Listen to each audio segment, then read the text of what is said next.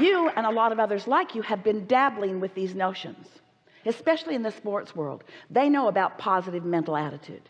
They know about telling it the way they want it to be.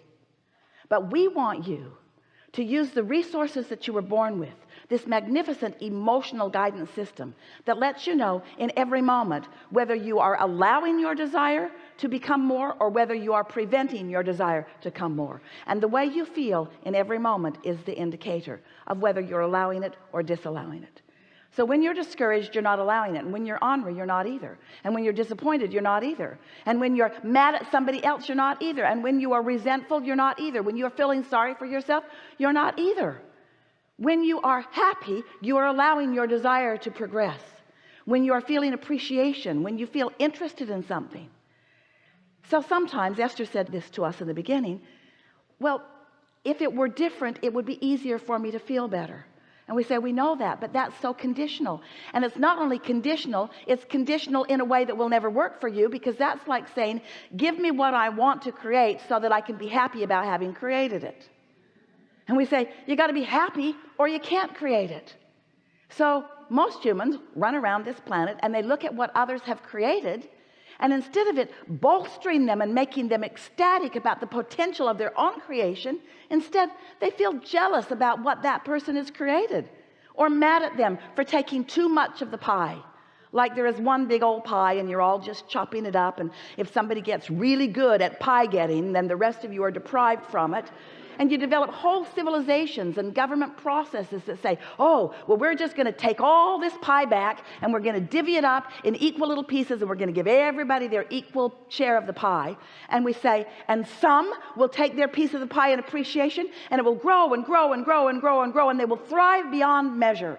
And others will be so upset about the paltry little piece of pie that they got that they will feel uncomfortable about the crappy little piece of pie that they got, and their pie will not replenish. So we want you to know that this is a seminar about pie. This is a seminar about getting into that place where all things that you want will expand. We want to talk to you about tapping in, tuning in, turning on to this vibration of who you really are, so that you stay consistently in the replenishing mode. When you're in the replenishing mode, that means you never get tired, you never have enough kind words to give to someone, you don't feel depleted, you've got enough energy to go, the ideas keep flowing, you don't worry about somebody taking your ideas or stealing your ideas or misusing your ideas, you don't worry about them getting your pie, because you know there's more pie coming. It's in the oven all the time. There's more pie, there's more cake, there's more of everything that you want. Everything that you want is in the becoming stage. You have come to be the vibrational discoverer of it.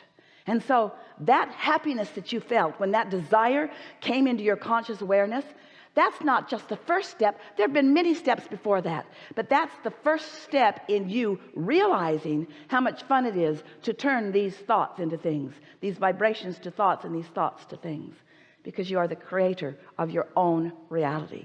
No one else can do it for you. No one else can put you in the receptive mode. Esther said to Jerry one time, you make me so happy. He said, that's not my plan. She said, okay. Alrighty then, never mind. He said, I don't want to make you happy, but I don't want to get in the way of your happiness either. Because he understood even then that your happiness is an inside job. Your happiness is about your relationship with who you really are. You came into this body and you're mixing it up and you're launching these rockets of desire, and you are vibrationally becoming. And the larger part of you, the source part of you, we've been for years calling that your inner being, has expanded as a result of your life here in this body, and has a vibrational frequency going on because of who you always have been and because of who you now are being. That non-physical part of you is a very strong, largest part of you. And law of attraction is responding to that vibrational state of being. So as you launch these rockets, you have no choice, if you want to feel good, other than to vibrationally keep up with the rockets that you've launched. And when you think about it, the worst you ever feel is when you know you want something and you think you can't have it. That's such a flawed premise, because that is never ever true. Once it has come into your conscious awareness, it's a slam dunk. How long it takes is up to you, and how much willingness you have to sort of stifle those negative words when you feel like speaking them, and find another way of saying it until you feel better. Reach for the thought that feels best. Reach for the thought that feels best. Practice. The first book that Hay House published for Jerry and Esther, it's out on the table. It's called Ask and It Is Given. Has 21 processes in it. Every one of the process we wrote so that you would understand how to close that gap, no matter where you are in relationship to what you want, how to close that gap. So what do you want to talk about? Nothing's off limits. We're eager to talk to you about whatever matters to you. We see our best advantage to you in helping you close that gap. We also think that it would be a fun thing for us today if you could realize, as a result of the conversations that we're having, how a good feeling thought turns into such wonderful things, and bad feeling thoughts turn into such not wonderful things. It's just the law. You just can't get around it, and nobody's thinking for you, only you. So if you want to, when we're visiting, it's up to you. We won't demand it from you.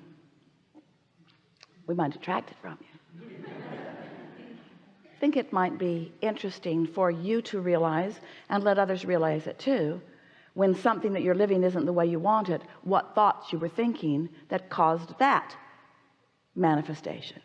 Because every manifestation comes as the further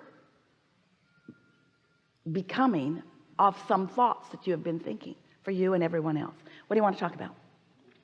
Some things. There's a lot of trouble in this room.